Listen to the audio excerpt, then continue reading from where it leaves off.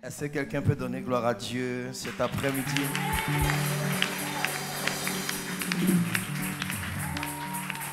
Alléluia. Waouh, que Dieu vous bénisse. Vraiment, c'est une bénédiction d'être là. J'aime trop la manière dont vous faites les annonces là. J'ai dit ça. Vraiment, c'est trop fort. Soyez bénis encore. Acclamons le Seigneur. Merci. Merci au groupe Providence Voice. Vous êtes habillés comme moi là. Hein? Il faut qu'on prenne une photo après tout ça. Hein? Ça là, j'ai mis le manteau prophétique. Parce que quelqu'un doit recevoir le manteau. Ah!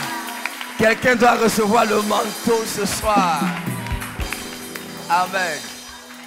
Comme le pasteur le disait, c'est la troisième prédication de la journée. C'est pour ça que nous vivons. Et on est passionné de Dieu. Alléluia. Amen. Et je crois que Dieu est sur le point de bénir quelqu'un. Donc il faut que tu sois avec moi, que tu soutiennes mon compte bancaire est en train de diminuer. Alléluia. Amen. Mais Dieu va restaurer le compte bancaire. Ton Amen va augmenter. Amen. Ton Amen va augmenter. Alléluia. Amen. Vraiment que Dieu vous bénisse. Je suis très content de ce temps que je passe ici. Alléluia. Vous êtes une église bénie. Vraiment une église prophétique. Amen. Vous savez, ce séminaire est un séminaire vraiment bénissant pour moi-même. Amen. Amen. Et contrairement à souvent ce qu'on voit d'habitude, on n'est pas venu pour faire le one-man show, mais on est venu pour impacter, amen, pour transférer. Alléluia. Parce que je suis venu en fait pour réveiller certaines onctions. Amen. Et même après ce séminaire, ça va décoller. C'est vraiment ma plus grande joie. Alléluia. Parce que Dieu nous a établis pour impacter. Dieu nous a établis pour pouvoir relâcher la grâce. L'apôtre Paul disait aux chrétiens de Rome que j'ai à cœur, je désire venir pour vous communiquer certains dons spirituels. Donc ce soir, je suis venu vous communiquer des dons spirituels. Alléluia. Afin que vous puissiez planer et naviguer dans le prophétique. Est-ce que quelqu'un est béni par le séminaire depuis vendredi? C'est vrai? C'est vraiment vrai? Quelqu'un est vraiment béni? C'est ma plus grande joie. Donnons gloire au Seigneur en l'acclamant au nom de Jésus-Christ. Bénissons le Seigneur pour sa bonté et sa fidélité. Alléluia. Je voudrais vraiment dire merci à l'Église pour l'accueil. Merci pour tout. Et célébrer le Seigneur encore pour mon frère, l'évêque de la maison, l'évêque Gilles. Est-ce qu'on peut acclamer le Seigneur? Nous sommes sous sa couverture. Et tout ce que nous faisons, c'est sous son onction. Il n'est pas là physiquement, mais il est là dans l'esprit avec nous. Et je veux saluer son onction, saluer l'onction de la prophétesse Charlie. Nous bénissons le Seigneur pour sa vie. Merci vraiment à Pasteur Franck, alléluia, qui... C'est une bénédiction. C'est un modèle d'amour pour Dieu, de passion, de sacrifice. Et je crois que Dieu va bénir encore ton ministère. Merci au pasteur. Vraiment, merci pour le travail. Et merci à vous, vous êtes formidables. Tape dans la main de 3 personnes, dis tu es choc, tu es choc, tu es choc. Tape dans la main de 3 personnes. Alléluia, vous êtes choc. Que Dieu vous bénisse. Que Dieu vous bénisse. Que Dieu vous bénisse. Alléluia. Donc ce soir, nous allons pousser un peu dans l'enseignement sur le prophétique pratique. J'ai fait un enseignement pratique sur les choses prophétiques. On va prier le Seigneur. Alléluia. Au nom de Jésus-Christ de Nazareth, somebody say Amen. Est-ce qu'on peut acclamer le nom de Jésus?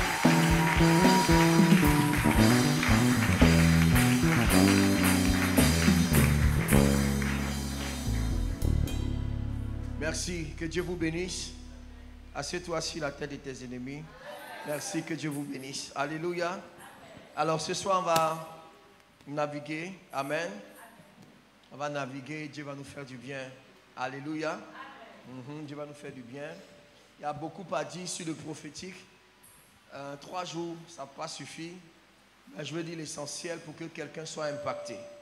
Le but de cet enseignement, c'est vraiment impacter la vie d'un chrétien afin que tu comprennes que tu dois être prophétique. Dis à quelqu'un à côté de toi, tu dois être prophétique. Alléluia. Être prophétique, c'est être connecté à l'Esprit de Dieu. Être prophétique, c'est donner toute la place à Dieu dans sa vie. Amen. Vous savez, le prophétique, c'est l'espace que l'on donne à l'Esprit de Dieu de se manifester dans notre vie. Alléluia. Le prophétique, c'est donner à Dieu l'occasion de parler et d'agir dans notre vie. Quelqu'un qui n'est pas prophétique, c'est quelqu'un qui veut avoir le contrôle de sa vie.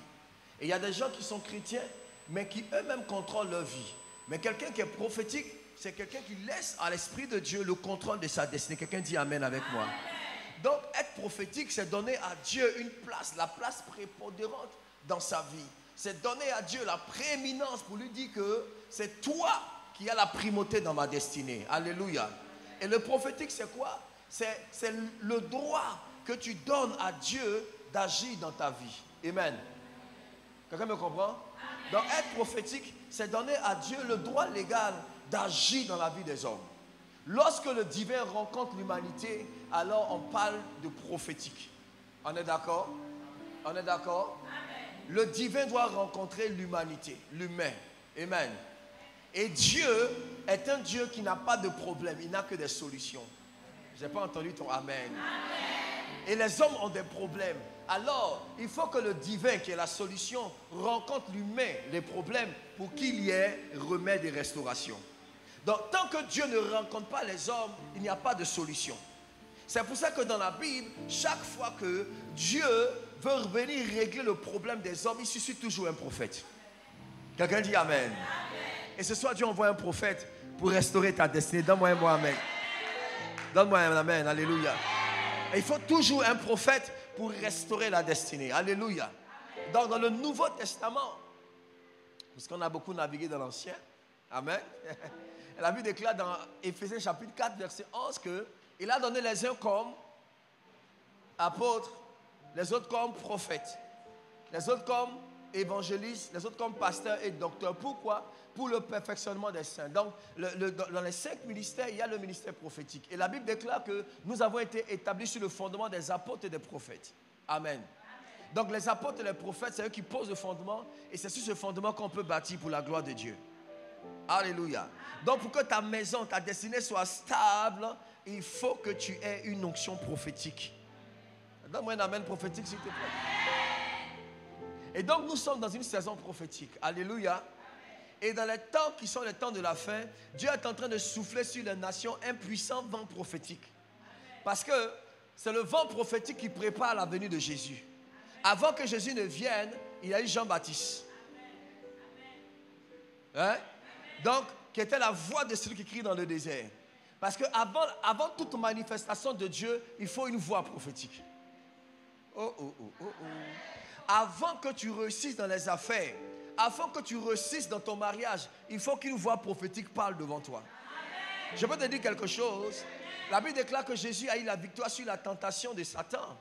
Parce qu'après son baptême, il a été conduit par l'Esprit ou dans le désert. Le diable l'a tenté, n'est-ce pas? Et il a eu la victoire. Tu penses que c'est vrai, c'est parce qu'il était Jésus. Mais en réalité, l'un des secrets de la victoire de Jésus, c'est parce qu'avant qu'il n'arrive dans le désert, il y a une voix qui l'avait précédé dans le désert.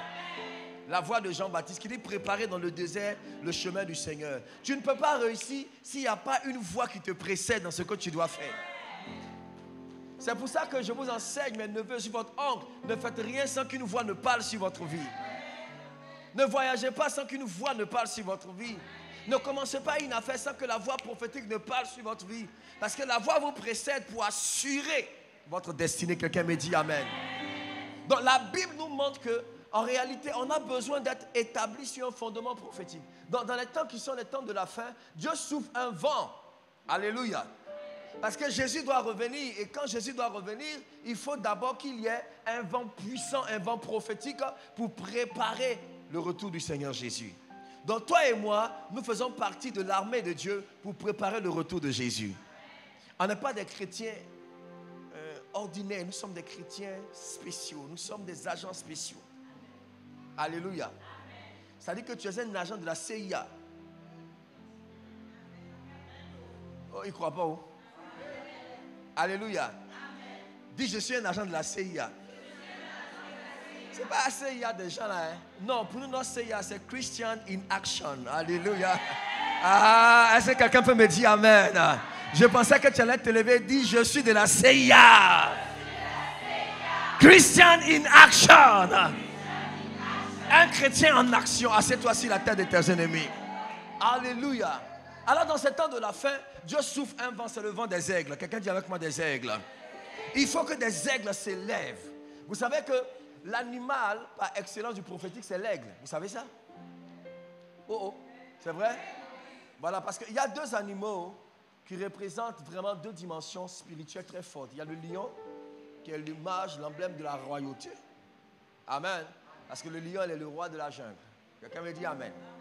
Et ça, c'est la royauté. Et quand vous avez l'onction royale, vous êtes comme un lion. Vous rugissez. Amen. Je n'aurai pas le temps de vous parler, mais le lion a des caractéristiques que j'aime tellement. Amen. Vous savez que le lion, un jour je réfléchissais, j'ai été choqué moi-même, pasteur Franck. J'ai dit, mais le lion est le roi de la jungle, n'est-ce pas?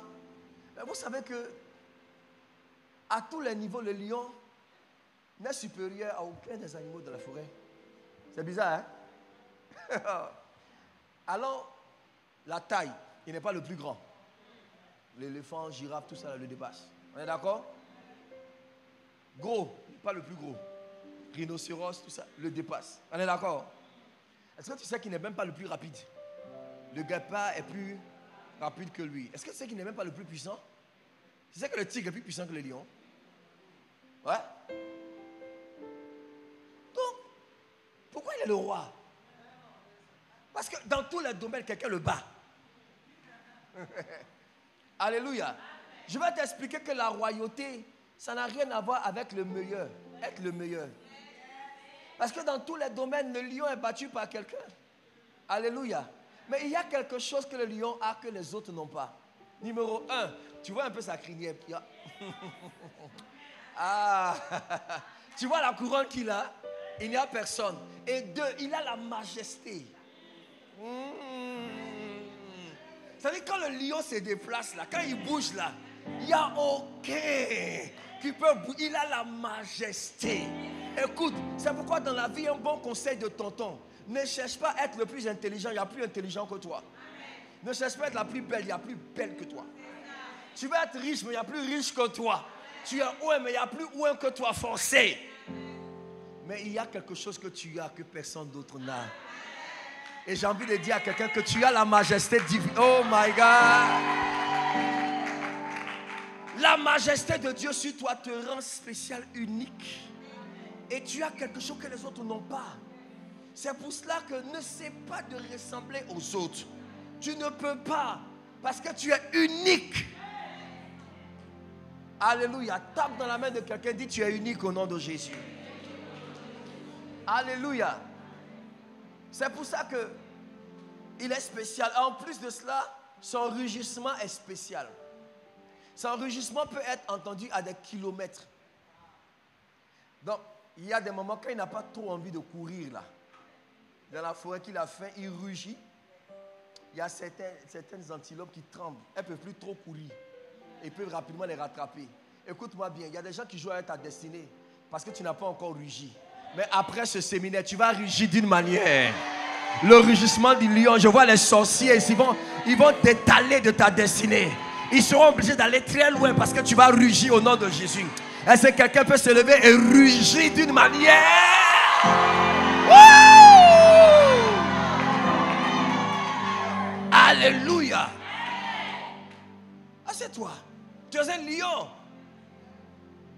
Amen. Il faut arrêter de te comporter comme une biche. Toujours tu viens comme ça, pasteur, j'ai eu un songe, il y a une souris qui m'a poursuivi, il y a un cafard qui était entré dans ma chambre. Ça c'est quoi ça? Regarde le comportement des cafards. Tu es un lion ne tremble pas. Quelqu'un me dit amen. Un lion ne tremble pas. Un lion il mange sa proie. Chez nous, on mange les sorciers. Et la viande des sorciers elle est douce. Il faut manger un sorcier. Le jour où tu mangeras le premier sorcier, les sorciers vont libérer ta destinée, tes enfants loin. Parce que tu les caresses dans le sens du poil qui joue avec toi. Il faut les manger. Un lion mange. Quelqu'un me dit amen bien. Amen. Non, un jour, je dors, j'ai un songe. Il y a longtemps de cela. Hein, et dans le songe, voici des chiens qui m'ont poursuivi. Et puis il faut me vanter au courir. jusqu'à la partie où tu tombes, et puis tu sens qu'ils vont venir sauter sur toi, puis tu te réveilles. Je me suis réveillé d'une manière, j'étais en colère. J'ai dit, Seigneur, je veux dormir, que le songe là continue, la suite. Ça ne va pas se terminer comme ça. Il faut que je dorme, le songe là va revenir pour que je me réveille. Je vais prendre ma dimension de lion pour manger ces chiens là au nom de Jésus. Il faut manger les gens qui t'attaquent. Ou bien, toi tu es un chrétien agneau. Agneau. Moi je ne suis pas agneau. Hein. Tu m'attaques, je t'attaque. Non, la Bible a dit, le Seigneur Jésus, il faut attendre. Ils vont finir avec toi. Alléluia. Et Dieu nous a fait la grâce d'avoir la dimension du lion. Quelqu'un me dit amen. Parce que le Seigneur Jésus, il a 4 dimensions qui sont les 4 faces des 4 animaux qui sont devant le trône de Dieu. Ces 4 faces-là, ces 4 animaux sont représentés par les 4 évangiles. Amen. Vous savez que l'évangile de Matthieu présente Jésus dans la face de lion. Matthieu présente Jésus comme le roi des Juifs. Alléluia. C'est pourquoi il parle beaucoup le royaume de Dieu, le royaume de Dieu. Amen. Marc présente Jésus comme étant le serviteur efficace. Amen. Et il présente donc ta face de bœuf. Amen. Ou la face d'agneau. Parce que le bœuf, l'agneau, c'est l'animal du service par excellence. Quelqu'un me dit amen. La 4e face devant le trône de Dieu, c'est la face d'homme. Amen. Et Luc présente Jésus dans sa face d'homme. C'est pourquoi Luc va aller jusqu'à sa naissance. Amen. Parce que Luc est un médecin. Donc quand il décrit son évangile, il présente l'humanité de Jésus. Son père, sa mère, sa naissance, comment il a grandi et tout ça à Nazareth. Parce que Luc est un médecin. Alléluia. Donc il présente Jésus et dans l'évangile selon Luc, il dit souvent le fils de l'homme, le fils de l'homme, le fils de l'homme. Donc il présente Jésus comme étant le fils de l'homme. Alléluia. Et Jean, son évangile est spécial. Quelqu'un dit spécial. Lui ne parle même pas de la naissance de Jésus, là où il est né, tout ça. Il dit le commencement de l'évangile. Au commencement était la parole. La parole était avec Dieu et la parole était Dieu. Point. Alléluia. Parce que Jean, il présente Jésus dans la dimension du Fils de Dieu et de l'aigle. Amen. C'est pour ça qu'en théologie, on présente les 3 premiers évangiles comme des évangiles synoptiques. C'est-à-dire qu'ils ont la même vision, qui présentent Jésus sur un certain angle. Mais l'évangile de Jean est un évangile très spécial parce qu'il présente Jésus dans la dimension de l'aigle. Quelqu'un dit l'aigle. Quelqu'un dit l'aigle. Alors, je te parle de ta dimension d'aigle au nom de Jésus. Tu es un aigle au nom de Jésus. L'aigle, donc, c'est le symbole par excellence du prophétique. Pourquoi? Parce que l'aigle est un animal très, très, très spécial. Amen.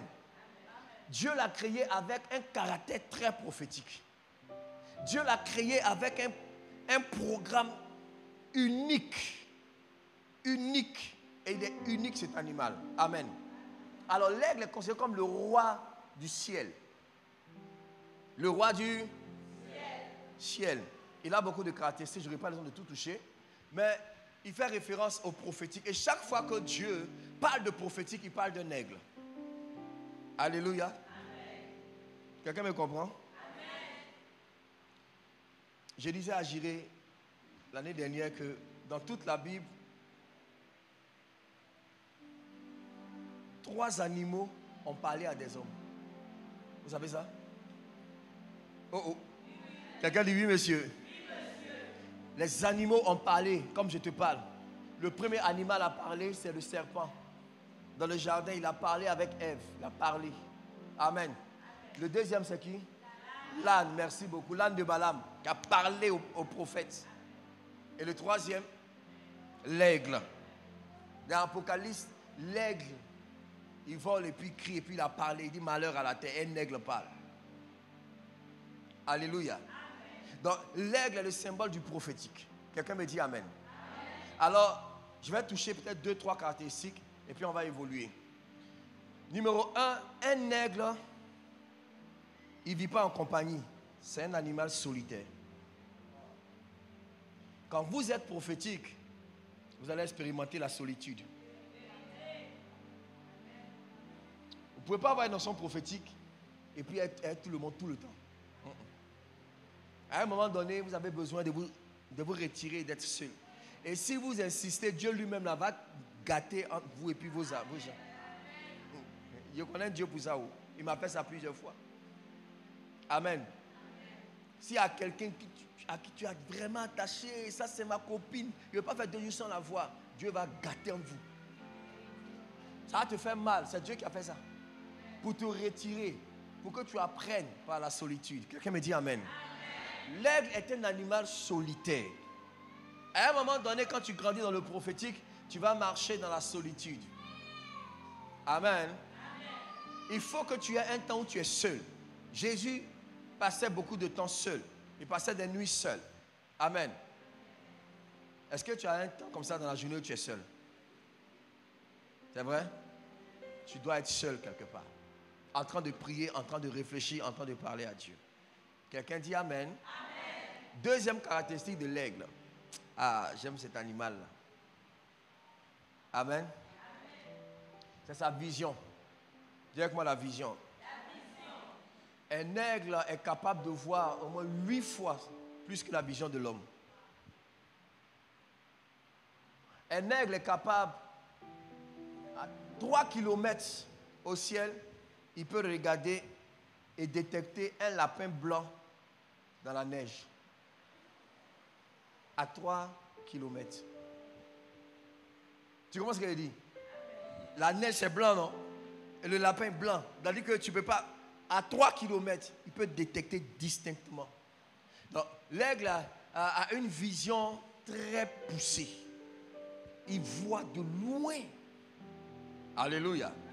Donc, quand vous allez commencer à travailler dans le prophétique, Dieu va travailler votre vision. Dieu va aiguiser votre vision, votre manière de voir. Et Dieu va vous permettre de voir dans le spirituel. Amen. Il y a des gens ici qui ont des dons de vision, mais qui ne savent pas comment ça se manifeste. Le don de vision, parfois, ce sont des tableaux que Dieu vous envoie. Ce sont des clichés qui passent dans votre esprit. Mais ça se passe souvent rapidement.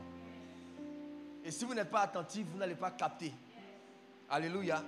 Je parlerai de ça tout à l'heure, mais parfois dans la manifestation de la parole de connaissance, ce sont des flashs qui passent dans votre esprit. Tu vois, les clichés, ça fait paf, paf. Et donc, si vous ne faites pas attention, vous allez rater. Vous allez penser même que c'est votre imagination, mais non, Dieu vous envoie une vision. Alléluia. Donc, dans le prophétique, vous devez travailler votre manière de voir. Aiguiser votre manière de voir. Alléluia. Amen. C'est bon? Amen. Et quand vous allez avancer dans le prophétique, ça va vous surprendre. Hein? Vous allez pouvoir, à certains moments, voir de vous-même. Je m'explique. Quand vous priez, Dieu vous envoie des visions, des flashs, des tableaux. Amen. Et quand vous grandissez dans le don, parfois vous priez sur un sujet ou sur une personne et vos yeux s'ouvrent sur la personne. Vous comprenez? C'est comme l'interrupteur, vous touchez et puis ça s'allume. Mais ça c'est un travail de prière et de sensibilité à l'esprit. Quelqu'un dit prière et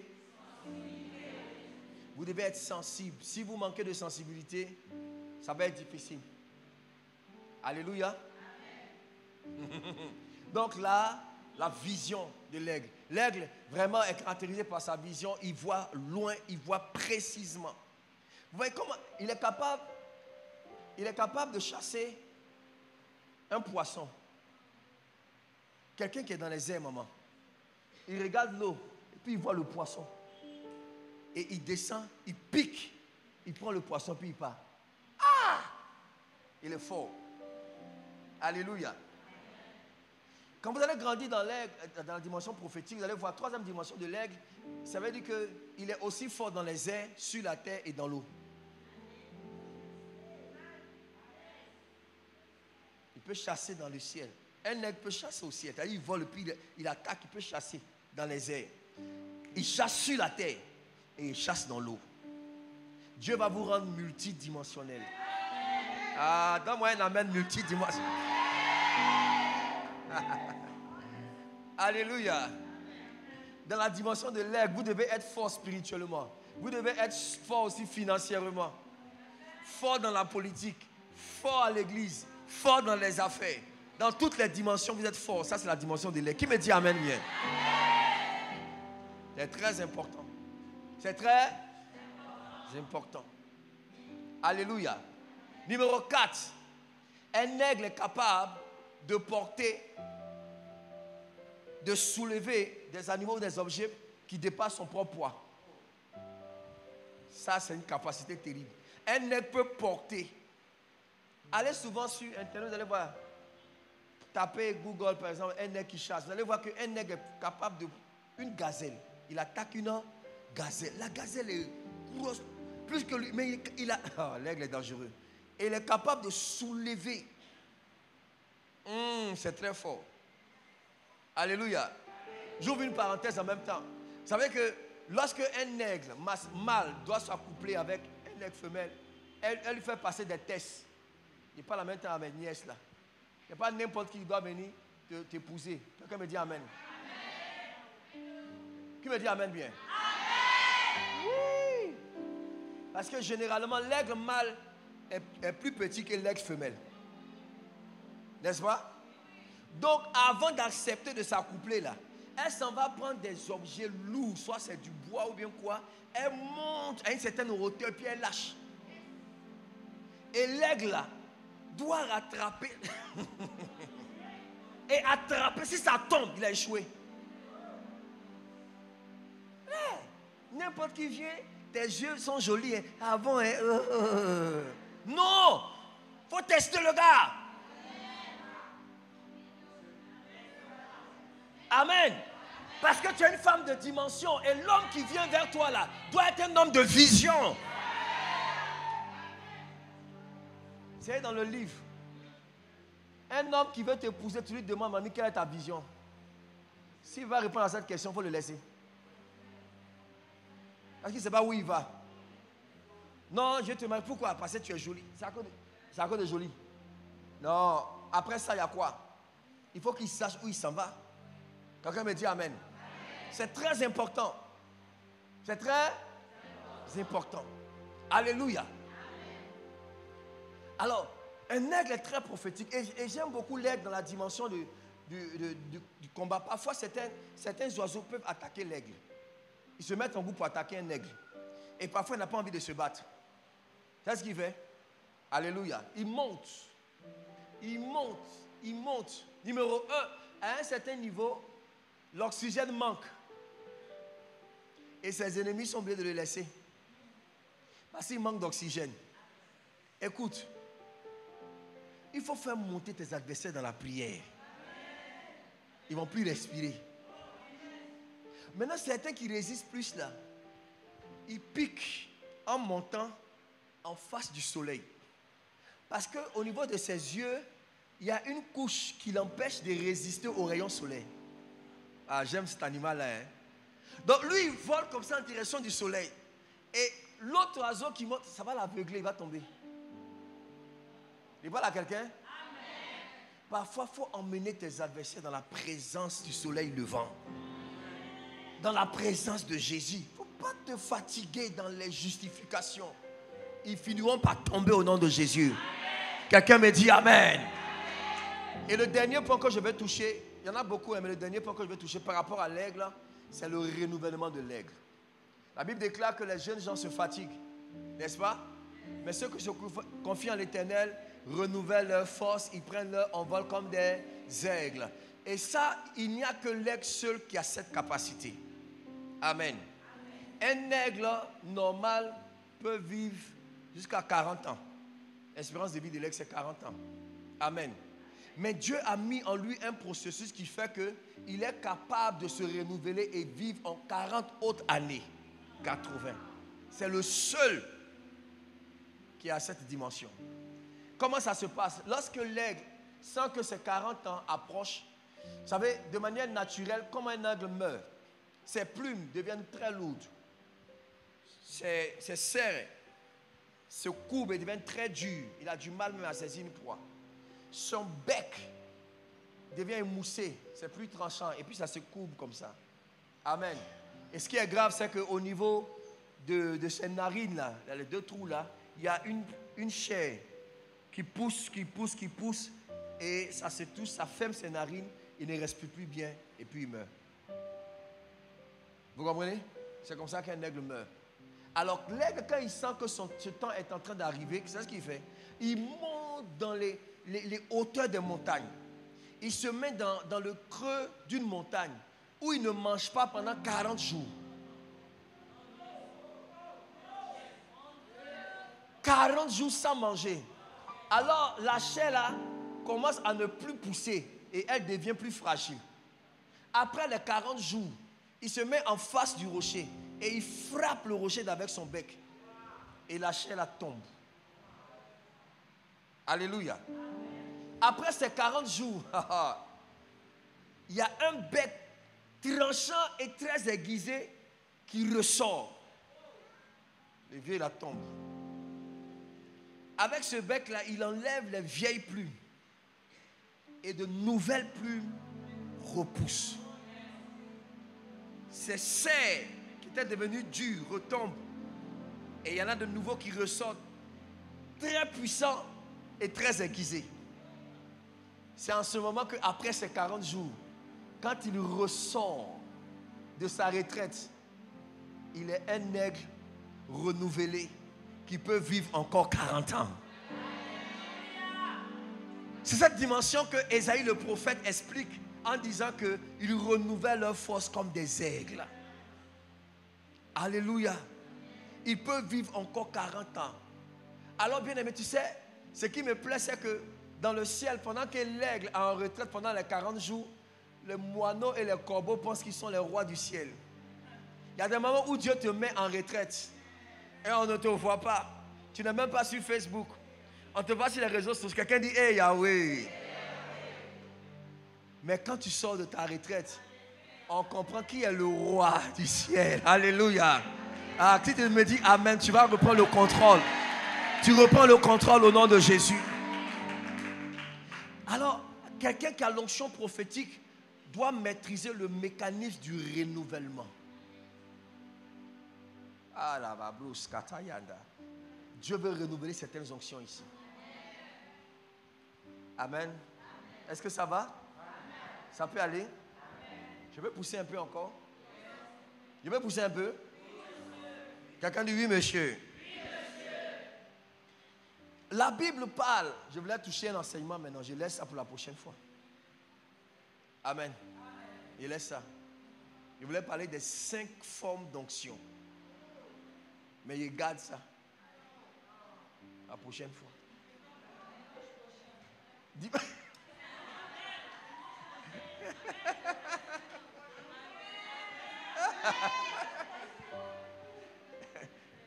Dimanche quoi? Ah! Tu as entendu ça passer avant? Dimanche, hein? Non, non. Oh, pardon. Alléluia. Si vous priez bien, ça va se manifester. Cet enseignement a bouleversé mon ministère. Et j'aime le donner là où j'aime, les gens que j'aime. Vous allez comprendre qu'il y a différentes formes d'onction. Nous on dit souvent onction, mais il y a 5 types d'onction.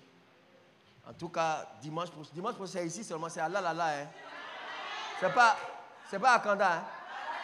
C'est à la la la. La la la la.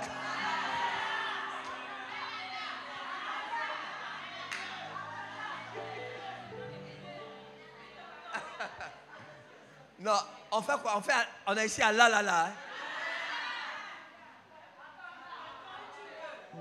Ok. D'accord. Dieu va nous bénir là. Alléluia. Cet enseignement est très fort. Les 5 types d'onction. Et ça va bénir ta vie. Alléluia. Donc, bien aimé, voyez, l'onction prophétique, c'est une onction que Dieu libère sur tout chrétien. Tu n'as pas besoin d'être prophète pour avoir l'onction prophétique. Il faut corriger ça dans ton esprit. Moi, c'est pas... Non, tout chrétien est prophétique. Tout chrétien est prophétique. Quand Jésus parle de l'histoire de l'homme riche et de Lazare, n'est-ce pas? L'homme riche qui est mort et Lazare. Quand l'homme riche, il parle à Abraham. Il dit, Père Abraham, s'il te plaît, envoie Lazare, dis à mes frères, j'ai 5 frères. leur dit de changer de vie afin qu'ils ne viennent pas ici. Prophétiquement, il parle des 5 continents. Alléluia. Il parle des hommes de la terre. Quelle est la réponse de papa Abraham? Père Abraham dit, ils ont Moïse et les prophètes qui les écoutent. Moïse, il parle de la loi, la parole. Et les prophètes, il parlait des chrétiens. Il parle de toi et moi. Donc, Père Abraham dit que toi et moi, nous sommes des prophètes que le monde doit écouter pour éviter l'enfer. Tout chrétien est prophétique. Alléluia. Ne dis pas, je ne suis pas prophète. Non, non. Tout chrétien est prophétique. Alléluia. Et c'est très important. Alors, j'aime ça. J'aime ça. Seigneur, aide-nous. Je vais dire ça, on va prier. Ah, Seigneur, aide-nous. La Bible dit, lisons 1 Corinthiens chapitre 14.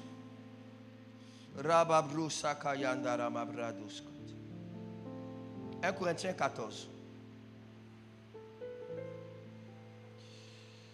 Oh,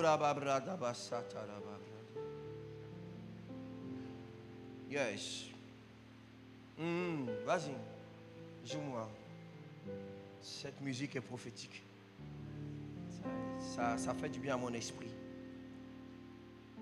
La Bible déclare au verset 1, recherchez l'amour, aspirez au don spirituel, mais surtout à celui de, plus fort, à celui de, il dit aspirez au don. Amen.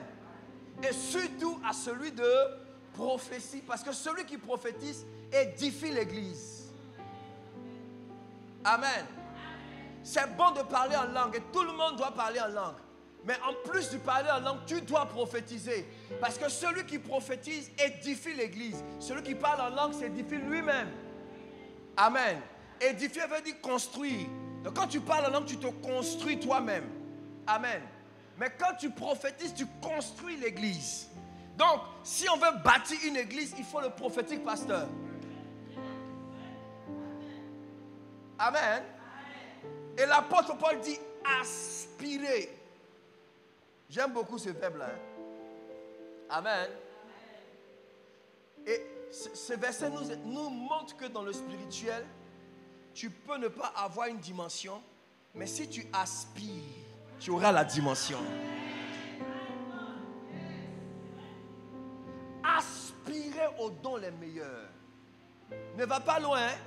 Garde l'image de l'aspirateur. Quand il est là, il est branché, il aspire le sable, la saleté, il aspire et puis il prend ça en lui.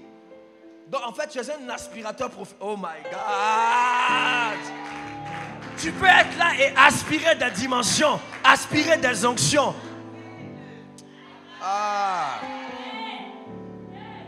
Vous savez, je peux être là pendant que je suis en train d'enseigner. Toi, tu es assis. Et par ton esprit, tu peux aspirer l'onction qui est sur moi. Ouais? Et tu vas commencer à opérer d'après l'esprit qui est sur moi. C'est l'aspiration. Amen. Je vais vous choquer un peu. Dans le spirituel, j'ai compris que l'onction ne meurt pas. L'homme même peut mourir, mais son esprit ne meurt pas. Alléluia. C'est pour ça que des siècles plus tard, Jean-Baptiste peut opérer avec l'esprit d'Élie. Élie n'est plus là, mais l'esprit là, ça est dans l'atmosphère. Je parle à quelqu'un. Je vous dis quelque chose. Ce n'est pas la magie, ce n'est pas la sorcellerie. Hein. Tous ceux qui ont servi Dieu, et principalement dans une nation, sur une terre, et même qui ne sont plus là, vous pouvez aspirer leur onction. Ouais. Amen. Oui. S'il y a un père qui a travaillé dans cette nation, même peut-être qu'il n'est plus, dit Seigneur, si cette même terre où il a marché, je marche, et par mon esprit, j'attire cette onction-là, j'aspire cette onction. Vous allez opérer dans cette onction. C'est l'aspiration prophétique. La Bible déclare aspirer. Amen. Est-ce qu'il y a des gens ici qui veulent aspirer? Alléluia. Tu peux rester comme ça, tu dis que l'onction que si l'évêque j'ai dit là, ça me plaît tout seul, j'aspire cette onction. Tu vas voir, tu vas commencer à parler comme lui, prêcher comme lui, enseigner comme lui. Alléluia. C'est très fort. Quand je vois Pasteur Franck prêchait, mais André Lévesque, je lis. N'est-ce pas? Non, il a aspiré. Il a aspiré. Gloire à Dieu. Et c'est ça qui est normal. Gloire à Dieu. L'esprit. Amen. La prophétie. La prophétie. Alors, 5 dons qu'il vous faut absolument avoir en tant que prophète de Dieu. Et on aura fini. 5 dons indispensables au prophète. Numéro 1, la parole de connaissance. Numéro 1, la parole de connaissance. Alors, la parole de connaissance fait partie des dons de révélation. Vous savez que la Bible parle dans 1 Corinthiens 9 des 9 dons spirituels. N'est-ce pas? 1 Corinthiens 12 aussi. Et ces 9 dons peuvent être classés en 3 catégories. Vous savez ça, non? Il y a les dons de révélation, les dons d'inspiration et les dons de puissance. C'est ça? D'accord. Donc, dons de révélation 3, lesquels? Parole de connaissance, parole de sagesse. Hein? Hein? Qui ça? Non, c'est autre chose. L'autre chose, c'est les 5 onctions. Ah, vous êtes dessus? Ah, tu as vu ça? Tu as vu ça? Ah, le pasteur vous a enseigné ça. Donc, il y a 3 dons de révélation. La parole de connaissance, la parole de sagesse et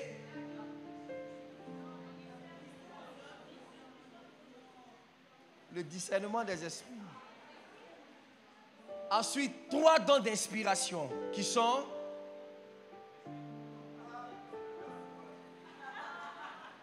c'est grave, hein? Hein? Il faut un devoir. Don d'inspiration, c'est quoi?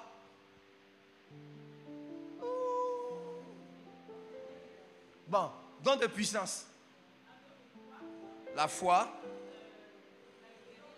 le don de guérison et le don d'opérer des miracles. Voilà. Maintenant, don d'inspiration. Il y a la prophétie. La diversité des langues et l'interprétation des langues. C'est ça. Ok. Alors, quand tous les dons sont très importants, il n'y a pas un don qui est moindre que l'autre. Amen. Mais Dieu donne les dons par rapport à votre ministère. N'est-ce pas? Par rapport à votre opération. Et donc, comme nous sommes en train de parler du prophétique, quand vous êtes dans le prophétique, parmi tous ces dons-là, il y a 5 qu'il vous faut indispensablement. On est d'accord? Quelqu'un dit oui, monsieur. Oui. Numéro 1, parole de connaissance. C'est très important. Tous les prophètes de la Bible ont navigué dans ce don de parole de connaissance. Le don de la parole de connaissance, c'est Dieu qui vous donne connaissance sur un fait, passé ou présent. Sur une personne ou bien sur un environnement, un événement. Dieu vous donne la connaissance. Donc, ce n'est pas une connaissance que vous avez hérité, étudiée. Vous recevez ça par l'Esprit. Amen. Quelqu'un va dire que le Saint-Esprit me parle, me dit à quelqu'un, ça c'est la parole de connaissance. Amen. C'est un don très important. C'est un don comment? Qui aime ce don-là? Ceux qui aiment ça, je vais vous transférer ça où? Ceux qui n'aiment pas la laisser, baissez vos mains. Pardon, il ne faut pas mélanger les choux et les caoutchoucs. Alléluia. C'est un don puissant, mais ce don peut se manifester de plusieurs manières. Amen. La parole de connaissance peut se manifester par une vision, comme je l'ai dit. Vous avez une vision et puis Dieu vous parle. Amen. Ça, c'est le premier niveau. Elle peut se manifester par une voix qui vous parle, audible. La voix peut être audible, la voix peut être douce. Il y a une voix douce qui parle à votre cœur. C'est comme si quelqu'un était venu chuchoter à votre oreille. Alléluia. Et ça, c'est fort. Donc, vous êtes dans l'esprit, vous priez, et puis comme si quelqu'un est venu chuchoter. Et ça, je parle encore de la sensibilité. Donc, il y a un chuchotement, et vous savez que wow, Dieu vient de me parler. Alléluia. Donc, la voix douce du Saint-Esprit. Ce don peut se manifester aussi par les sensations physiques. Par exemple, vous pouvez être là, vous sentez un mal quelque part. Dieu vous dit par là qu'il y a quelqu'un qui a ce mal. N'est-ce pas? Et quand vous dites, la personne vient, quand vous priez, le mal part. Ça, c'est plus facile. Alléluia. Tu sens seulement et puis tu dis Amen. Maintenant, la parole de connaissance se manifeste aussi par des impressions prophétiques. Quelqu'un dit impression prophétique. Ça veut dire que vous avez une impression qui vous traverse un coup. Et Dieu vous parle par là. C'est bon, hein? Hein? C'est intéressant, hein? Vous pouvez sentir quelque chose. Une impression. Comme une visitation. Comme un flash. Comme quelque chose qui vous touche. Comme une conviction. Et comment vous allez discerner la parole de connaissance de votre pensée? Lorsque vous avez une pensée dominante qui vous vient sans que vous ayez pensé à la chose, c'est Dieu qui vous parle. Alléluia. Vous ne pensez pas à ça dans la prière et la chose vient fortement. C'est la parole de connaissance. Amen. On est d'accord? Ça se passe bien? Ça va bien? Alléluia. On va finir tout à l'heure. Donc, comme c'est la fin du séminaire là, si quelqu'un a une question, je te permets de poser ta question. Ah, ok. 2. Le don de la parole de sagesse. La parole de sagesse, effectivement, c'est une parole que Dieu te donne pour te sortir d'un problème. Amen. C'est une parole que Dieu donne à quelqu'un pour pouvoir, comment on dit ça, résoudre une situation. Merci. On est coincé par quelque chose et puis Dieu inspire une sagesse. Faisons ça et puis paf, waouh. Amen. C'est un don qui est très important. Hein? On le néglige parce que peut-être qu'il n'est pas spectaculaire, mais il est très important dans l'église. Amen. C'est ce don-là qui s'est manifesté avec Salomon, avec les 2 prostituées. Sur place, il a reçu une parole de sagesse. Il a apporté une épée. On ne sait pas à l'enfant. L'autre dit, ah, c'est bon. En même temps, ça a été réglé. Parole, c'est un don très important. Amen. 2e don qu'il vous faut en tant que prophète. 3e, pardon. C'est le don de la prophétie. La prophétie, c'est l'inspiration. C'est Dieu qui vous pousse. L'inspiration, c'est le souffle de Dieu. Amen. Quand Dieu souffle sur vous, vous êtes inspiré. Et ça, c'est l'esprit. On appelle le roua. Quelqu'un dit à quoi le roua? Roua en hébreu veut dire esprit. C'est le même mot en grec qui dit pneuma. Roua, c'est l'esprit. Amen. Donc, pour les Hébreux, quand on parle d'esprit, c'est la dimension du souffle. Amen. Au commencement, Dieu créa les cieux et la terre. La terre était informe et vide, et le roua se mouvait au-dessus des eaux. J'aime bien la version d'Arby. Darby dit, et l'Esprit de Dieu planait comme un aigle au-dessus des eaux. Amen. Parce que quand on dit se mouvait, il peut être là comme ça et puis il bouge. Amen. Mais Darby dit, il planait de vol. Il vole. Quelqu'un dit roua.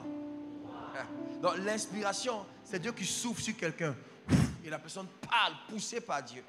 La Bible déclare, ce n'est pas par une volonté d'homme que les prophètes ont parlé de la part de Dieu, mais c'est poussé par l'Esprit de Dieu. Donc l'inspiration, c'est être poussé par Dieu. Et donc la prophétie, c'est Dieu qui vous pousse à parler et à agir. Amen. Quatrième don? 4e don, le discernement des esprits.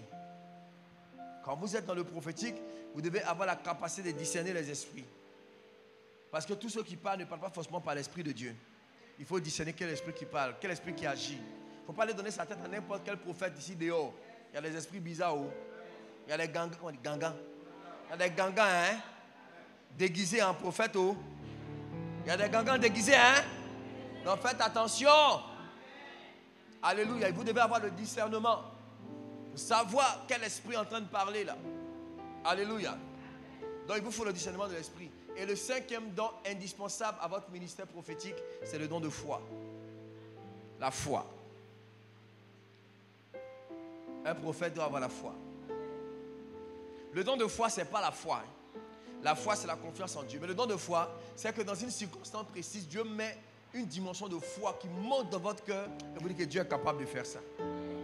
C'est pourquoi le don de foi, c'est la porte qui ouvre aux autres dons de puissance qui sont les miracles et guérisons. Il vous faut le don de foi. Vous dites que Dieu peut faire ça. Et si Dieu va faire ça.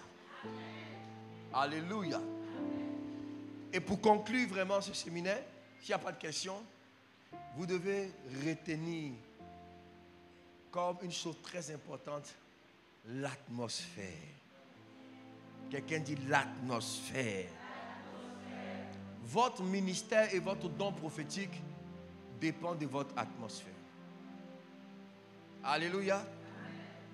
Vous pouvez être... Ouais, joue, moi, j'ai en train de préparer mon atmosphère. Joue d'une manière inspirée. Tu sais, les chants doivent être prophétiques. Quand ils jouent comme ça, ça élève l'esprit. Amen. Ceux qui chantent doivent être prophétiques. Ceux qui dansent doivent être prophétiques. Ceux qui donnent doivent être prophétiques. Tout doit être prophétique dans l'église. Alléluia. L'atmosphère. Amen. L'atmosphère. Atmos qui veut dire vapeur. Amen. Charababros. Sphère, ça veut dire la sphère. Donc l'atmosphère, étymologiquement, c'est la sphère de la vapeur. Ça veut dire que il y a une vapeur qui est dans l'air. Et vous devez naviguer dans l'atmosphère. Il existe de très bonnes atmosphères. Et il existe de mauvaises atmosphères. Je suis un prédicateur. Par la grâce de Dieu, je prêche un peu partout. Et quand j'arrive dans une église, je peux voir l'atmosphère. Amen. L'atmosphère peut être défavorable à l'onction. Et même si tu étais venu avec une forte onction, tu ne peux pas opérer. Amen. Et il y a des moments où si tu es fatigué, tu dis que bon, j'ai dit juste un mot, puis elle est partie. Puis quand tu arrives, l'atmosphère. Ah non. Alléluia. Amen. Je me souviens, mon fils, pasteur Maxime, que tu connais, grand le témoignage, il était un peu nouveau à l'église. Et on faisait une veillée. Je viens d'arriver de Paris, j'étais fatigué et j'avais le palu. Et il y avait une veillée dans le week-end de la Pentecôte. Alors j'ai préparé tous mes pasteurs. J'ai dit, bon, je viens juste saluer, parler pendant 30 minutes et je vais me coucher. Il dit, ah ok, papa viens. Je suis arrivé, on m'a donné le micro à minuit. Hein? Tout malade. J'ai déposé le micro à 6 h du matin. Moi-même, j'étais étonné. Frère, j'ai dit, on m'a donné le micro là. À minuit, pasteur. Cette veillée là, c'était... Non, Dieu. C'est là qu'il a reçu le baptême dans l'esprit. Mais l'atmosphère avait été préparée. Un prophète, c'est l'atmosphère. Il peut venir comme ça peut être fort, il peut venir un jour. Ça dépend de l'atmosphère. Lui-même, ça ne dépend pas de lui. Alléluia. C'est pour ça, même le quartier où vous habitez a une atmosphère. J'ai été content quand le pasteur m'a dit qu'on est pratiquement l'une des rares églises ici. Oui, parce qu'on doit prendre l'atmosphère de là. Qui me dit amen, viens. On doit contrôler l'atmosphère pour établir le règne de Dieu. Le règne de Dieu ne peut se manifester que lorsque son atmosphère est établie. C'est pour ça que vous devez comprendre l'enseignement sur les hôtels. Parce que la présence d'un hôtel influence l'atmosphère. Là où il y a un hôtel, qu'il soit démoniaque ou divin, ça provoque une atmosphère. Vous comprenez? C'est pour cela que quand vous habitez une nouvelle maison, avant de dormir là, votre pasteur doit aller prier dans la maison. À cause de l'atmosphère. Ce n'est pas une question d'argent, j'ai acheté ma maison. Non, l'atmosphère. Amen. Il y a certaines atmosphères, il faut quitter là. Il ne faut pas dire que je suis un guerrier de prière. Ça va te cogner. Amen. Regarde, il n'est pas écrit dans la Bible qu'un chrétien ne doit pas aller dans une boîte de nuit. N'est-ce pas? Mais tu sais que tu ne peux y aller à cause de quoi? L'atmosphère. Ou bien? C'est tout. Parce que l'atmosphère de l'endroit là, ma soeur, ça va te tuer. Ou bien? Oh. J'habitais dans un quartier, je finis ce témoignage avec mon épouse. Je ne sais pas ce qui s'est passé dans cette cité, pasteur, mais il doit y avoir un hôtel dangereux. Cet hôtel-là réclame la vie des femmes du quartier. Les femmes meurent de manière prématurée et rapide. Vous comprenez? Les femmes. J'habite le quartier avec ma femme. Jésus. En face de nous, il y a une villa. À côté, il y a une villa. À côté de nous, là, c'est un pasteur. Un papa, un pasteur avec son épouse là. On est dans le quartier. 1 an plus tard, la maison qui est en face, la femme, elle est médecin spécialiste en cardiologie. Et elle meurt de crise cardiaque. Subitement.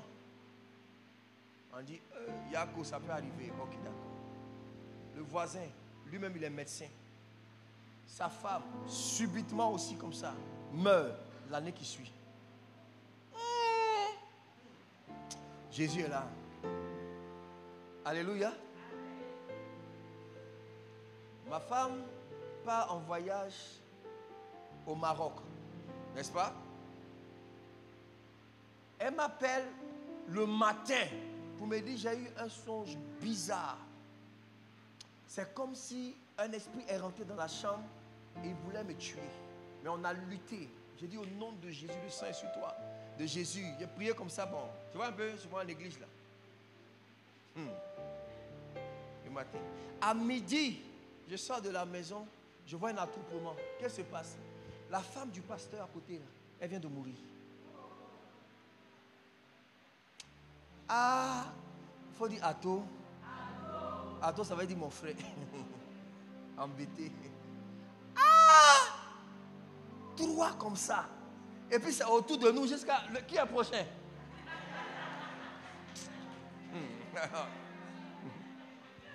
J'ai appelé ma femme, j'ai dit que, chérie, la voisine vient de mourir. Et de quoi? Mais j'ai eu le songe là où... Non. Tu sais quoi, mon chéri? La maison où on est là, j'ai descendu là, hein? J'ai dit que non, le Saint-Esprit, la puissance. Elle dit, hey, il faut garder ton affaire de cette. Elle dit, maman, Dieu est nous, l'onction de Dieu. Elle dit, si tu veux, tu vas habiter là-bas. Parce que, et puis en fait, même, les hommes ne meurent pas, c'est les femmes qui meurent.